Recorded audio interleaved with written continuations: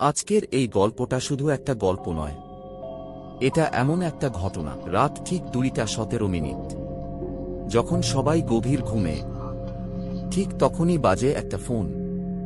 কিন্তু সমস্যা হলো, এই ফোনটা আসে এমন একজনের কাছ থেকে যে 3 বছর আগেই মারা গেছে।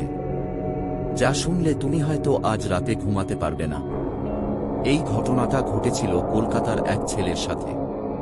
তার নাম ছিল অর্ণব। অর্ণব খুব সাধারণ একটা ছেলে ছিল। একদিন হঠাৎ করে তার ফোনে একটা অচেনা নাম্বার থেকে কল আসে। প্রথমে সে ধরেনি, কিন্তু কলটা বারবার আসতে থাকে। শেষে সে কলটা রিসিভ করে। ওপাশ থেকে কেউ কিছু বলছিল না, শুধু একটা হালকা শ্বাস নেওয়ার শব্দ। অর্ণব ভয় পেয়ে কলটা কেটে দেয়। কিন্তু কিছুক্ষণ পর আবার কল আসে। এবার ওপাশ থেকে একটা মেয়ে কণ্ঠ শোনা যায়। তুমি কি আমাকে ভুলে গেছো? অর্ণব থমকে যায়, কারণ এই কণ্ঠটা তার খুব চেনা লাগছিল। এই কণ্ঠটা ছিল তার এক্স গার্লফ্রেন্ড মেহেরের, যে 3 বছর আগে এক অ্যাক্সিডেন্টে মারা গিয়েছিল। অর্ণব বিশ্বাস করতে পারছিল না। সে ভেবেছিল কেউ তার সাথে প্র্যাঙ্ক করছে।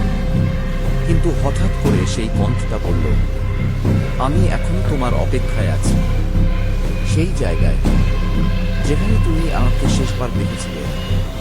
অর্ণবের মাথায় একটা জায়গা আসে, একটা পুরনো পরিত্যক্ত বাড়ি।